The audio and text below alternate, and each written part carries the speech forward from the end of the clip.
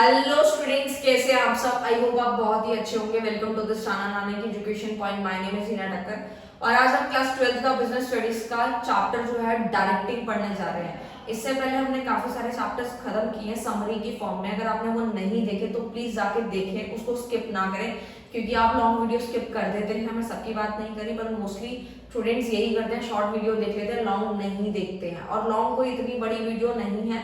मैंने जितने कम से कम टाइम के अंदर पूरा चैप्टर खत्म हो सकता था, उतने कम टाइम के अंदर आप लोगों के लिए वीडियो बनाया है। अगर आप एंड मोमेंट पे भी देखेंगे, पेपर से 1 घंटा पहले भी अगर देखते हो, या फिर आप एग्जाम के 1 दिन पहले देख रहे हो, 2 दिन पहले देख रहे हो, सीयूईटी की तैयारी कर रहे हो, तो भी आपका वीडियो काम का है। क्योंकि मैं जो फोकस कर रही हूँ बैक बेंचर्स के लिए वीडियो काम का हो सकता है, बिल्कुल होगा। क्योंकि मेरे दिमाग में उन स्टूडेंट्स के लिए सबसे पहले चीज आती है जो कि किसी भी रीजन की वजह से नहीं पढ़ पाए, उनके घर में शादी है, वट कोई भी रीजन हो, तो आप लोगों के लिए भी समस्या का हल इस चैनल पे मिलेगा और वो यही चैनल है। तो आप लोग जो है ज्यादा से ज्यादा अपने फ्रेंड्स तक शेयर करें, लाइक करें, कमेंट्स करते रहें, मोटिवेशन बना रहता है।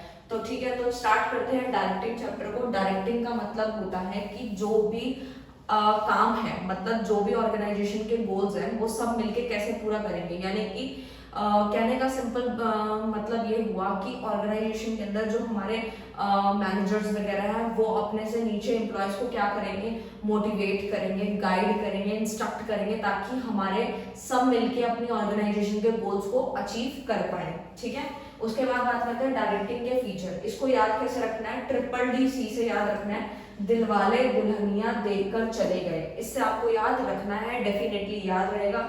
ये आप लोगों के लिए कोर्स बनाने पड़ते हैं ताकि आप एग्जाम टाइम तक बिल्कुल भी ना भूले। ठीक है, दिलवाले दुल्हनिया देखकर चले गए, तो इस तरीके से आप लोगों को याद रखना है। उसके बाद बात करते हैं डायरेक्टिंग इनिशिएटिव एक्शन। इसका मतलब क्या होता है? इसका मतलब बेसिकली ये हुआ कि जो भी मतलब जो हमारा से ऊपर जो लेवल है, मतलब जो टॉप लेवल है, वो अपने से नीचे लेवल वाले को अगर इंस्ट्रक्ट करेगा, गाइड करेगा, बताएगा कि ये काम करना है, तो वहीं से काम स्टार्ट हो जाता है। तो उसी को बोलते हैं डायरेक्टिंग इनिशिएटिव एक्शन।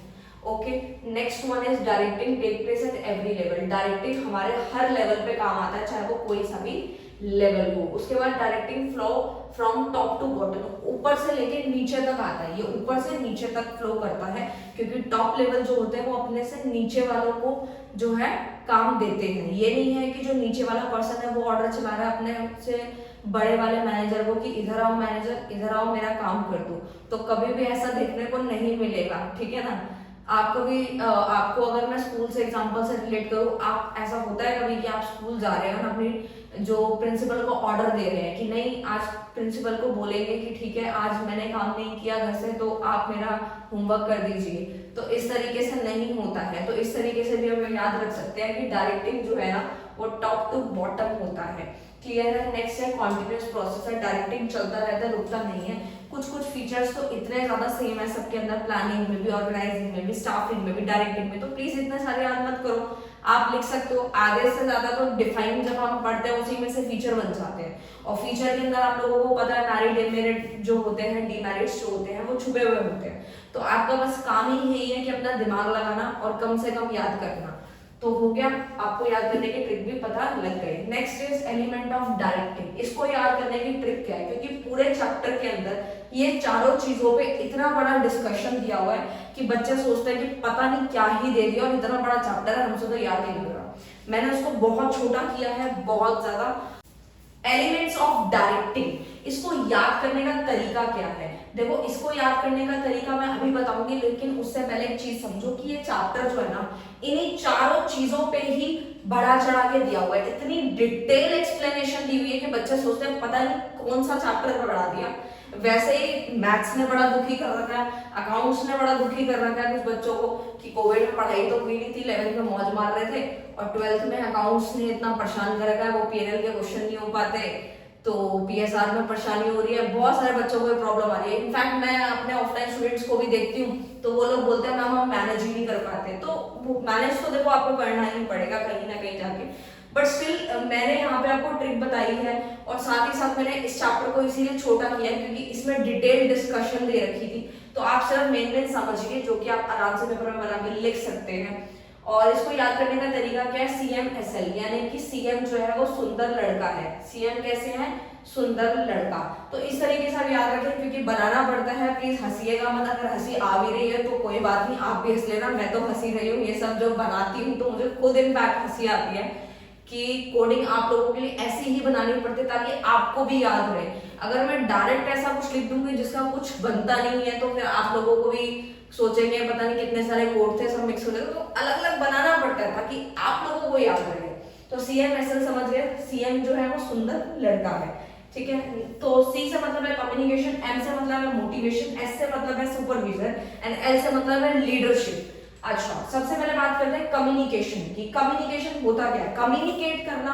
आप लोग क्या करते हैं आजकल, किसी को अगर किसी से कम्युनिकेट करना होता है सबसे पहले तो स्नैपचैट खोलते हैं। स्नैपचैट में आप लोगों को पता ही है, ये तो बताने की जरूरत ही नहीं है, स्नैपचैट तो आप बहुत अच्छे से जानते हैं, इनफैक्ट रोज चलाते हैं, स्ट्रिक डालते हैं, स्ट्रिक शेयर करते हैं, ये सारी चीजें तो आपकी चलती ही होंगी, ये तो मुझे पता ही है, मैं मान के चलूंगी ही चलूंगी।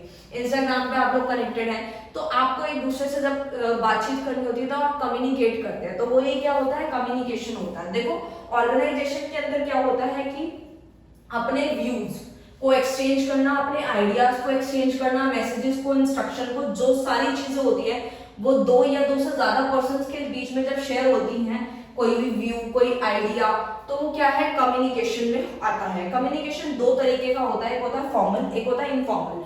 देखो जब भी मैं आपको हमेशा कहती हूँ फॉर्मल वर्ड लिखा है ना, समझ जाओ कि ये कहीं ना कहीं एक रिस्पेक्टफुल चीज होने वाली है इसके अंदर। और इनफॉर्मल आप समझ ही सकते हैं, फ्रेंड्स हो गया, आपके कलीग्स हो गए, ये सारी चीजें आती हैं, तो इसमें बताने की जरूरत नहीं है। फॉर्मल जो होती है ऑर्गेनाइजेशन के अंदर जो चेन चलती है, चेन ऑफ कमांड की तरह चलती है। सेकंड चैप्टर मैंने आपको बताया था, चेन ऑफ कमांड अच्छे से समझाया था, अगर नहीं पता तो प्लीज आके देख लें, कोई दिक्कत की बात नहीं है, एक लाइन दो लाइन में मैंने समझा दिया था।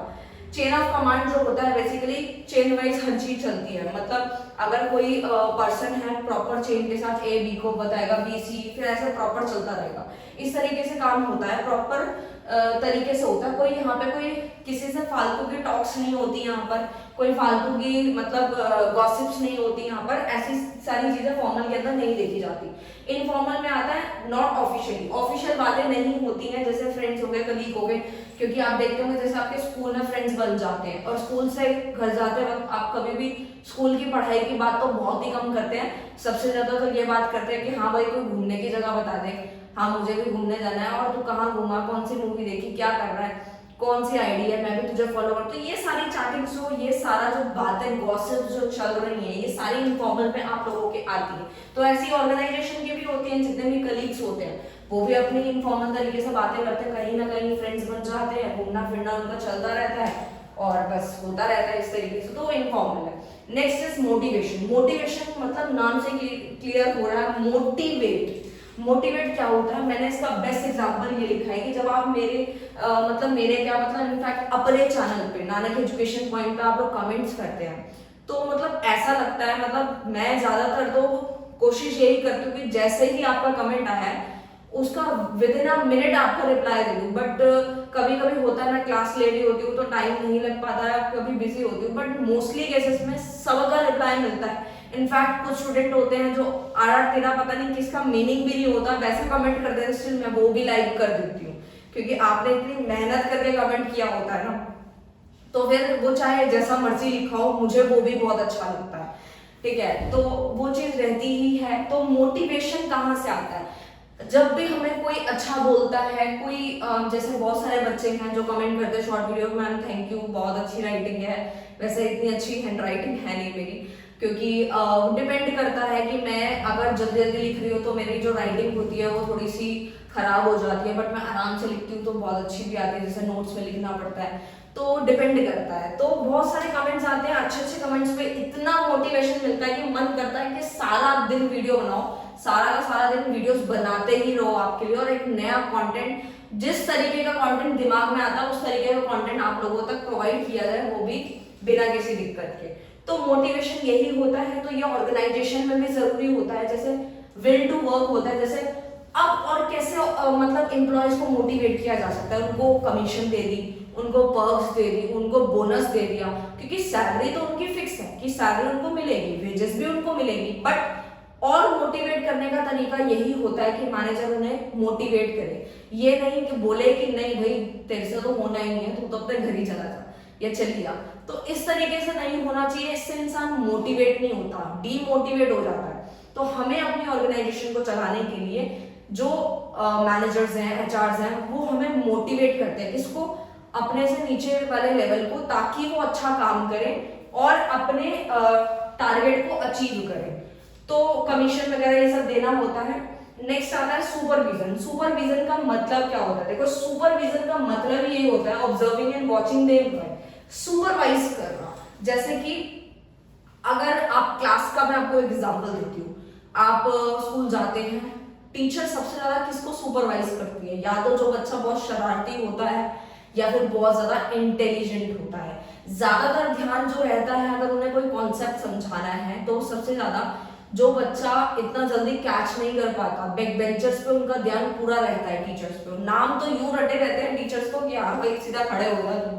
तो इस तरीके से बातें आती हैं, तो सुपरविजन में काउंट होती हैं। तो ऐसे ऑर्गेनाइजेशन में होता है कि इंप्लॉयज पे नजर रहती है, उनको ऑब्जर्व किया जाता है, उनको वॉच किया जाता है जब वो काम कर रहे होते हैं, क्या वो ठीक कर रहे हैं, अगर वो नहीं कर रहे तो इस तरीके से करा जाए, उनको सिखाया जाए। साथ साथ मोटिवेशन भी देते रहते हैं वो, यानी कि मैनेजर्स वगैरह जो होते हैं, वो लीडर वगैरह, तो टीम लीडर वगैरह, तो गाइड भी करता रहता है, मोटिवेट भी करता रहता है। कुछ कुछ आप ऑर्गेनाइजेशन में देखेंगे कि कभी कभार क्या होता है कि जो हमारे कुछ एचआरस ऐसे होते हैं बहुत खड़ूस टाइप के, कि बोलते हैं नहीं, मतलब पूरा ऐसे मतलब प्रेशर बना के रखते हैं। तो कभी कभी तो ऐसे एम्प्लॉयज मैंने देखे हैं कि परेशान होकर ना सीधा कंपनी से बाहर हो जाते हैं। तो वो चीज एक अलग हो जाती है। मैं आपको सारे केसेस भी साथ साथ बताती रहती हूँ जो मैंने देखे सुने ऑर्गेनाइजेशन के एग्जांपल्स वगैरह, वटेवर जितना एक्सपीरियंस होता है आप लोगों के साथ शेयर करती हूँ मैं। तो वॉचिंग द एम्प्लॉयज, तो वो रहता है इंस्ट्रक्ट करना, गाइड करना। तो वो बेसिकली गाइडेंस ही होती है, गाइड करना जरूरी होता है, तभी तो वो क्या होता है सुपरविजन होता है, और ये बहुत ज्यादा जरूरी है। अब आप देखेंगे, आप स्कूल में जाते हैं, अगर आपको कोई सुपरवाइज ही ना करे, आप तो जो चाहे मन में वो करोगे और आपको ये भी नहीं पता मैं सही कर रहा हूँ गलत कर रहा हूँ, तो सुपरविजन बहुत ज्यादा जरूरी होता है। Next one is leadership. Leadership होता क्या है? लीडरशिप का मतलब होता है इन्फ्लुएंस करना। इन्फ्लुएंस करना किसी भी चीज को लेके, किस चीज को लेके? हम ऑर्गेनाइजेशन की बात कर रहे हैं, तो सबका गोल क्या है? अगर एक मैनेजर है या कोई टीम लीडर है या फिर कोई एम्प्लॉय है, वो ऑर्गेनाइजेशन कंपनी में क्यों आ रहा है? उसको अपने प्रॉफिट से मतलब नहीं है, उसको ऑर्गेनाइजेशन, सबका गोल क्या है कि अपनी ऑर्गेनाइजेशन के जो टारगेट्स हैं उनको अचीव करना, यानी कि अच्छे से अच्छी ग्रोथ करवाना अपनी ऑर्गेनाइजेशन की। तो लीडरशिप होती यही है, लीडरशिप जरूरी होती है। सारे पॉइंट्स ही बहुत ज्यादा जरूरी हैं डायरेक्टिंग के अंदर। आई होप आपको ये सारे के सारे कॉन्सेप्ट अच्छे से क्लियर हुए होंगे। बाकी की जो और भी डिटेल में चीजें हैं, अगर आपको लगता है कि वीडियो आपका काम का है तो प्लीज लाइक शेयर कमेंट कर दीजिएगा। अगर आप डिटेल में पढ़ना चाहते हैं तो प्लीज कमेंट कर दीजिएगा, मैं उसके ऊपर भी वीडियो बना दूंगी। बट ये वीडियो समरी के लिए सफिशिएंट था, इतना भी पढ़ के जाएंगे तो भी काफी हद तक हो जाएगा। Thank you so much.